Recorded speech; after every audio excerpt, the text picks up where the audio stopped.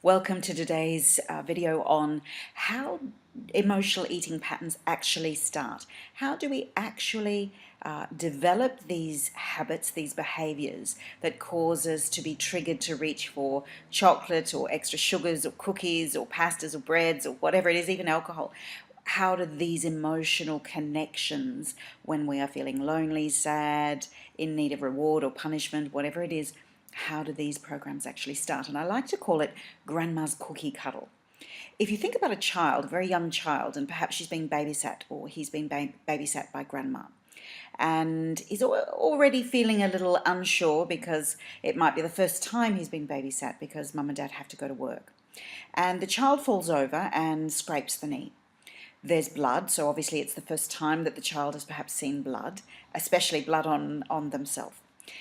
There's a lot of distress that goes on in the brain. There's the pain in the knee, there's the shock of the blood, there's lots of stuff going on. Missing mum and dad, all of that emotion is intermingled.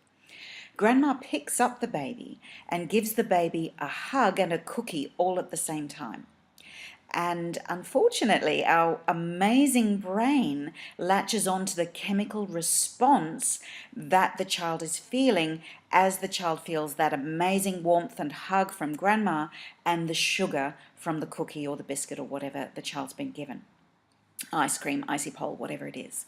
So all of a sudden, the brain assumes the chemical response is actually what's made it feel better. So the hit of sugar, the release of neurochemicals that are released as a result of the sugar, the calming down of the system that we know, looking back on it, is actually about grandma's hug, but in fact the brain assumes it was the sugar. So then later on in life, anytime we're emotionally distraught, in fear of rejection, loss of love, loss of connection, anytime we're in pain or stressed, we build patterns around the emotional connection to food, and that food ends up developing into other habits later on in life. Perhaps that hand-to-mouth experience can be turned towards alcohol or towards cigarettes or other habits as well that are all emotionally connected.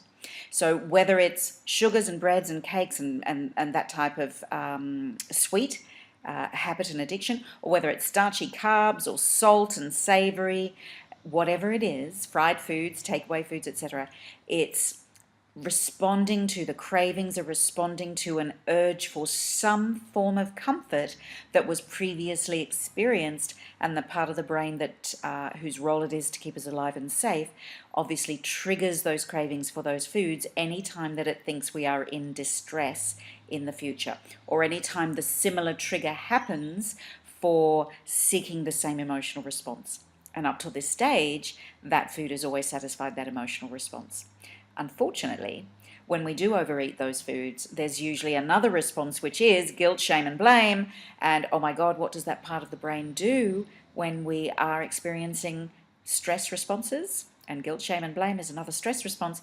It stimulates more cravings for the solution, and it's that vicious cycle.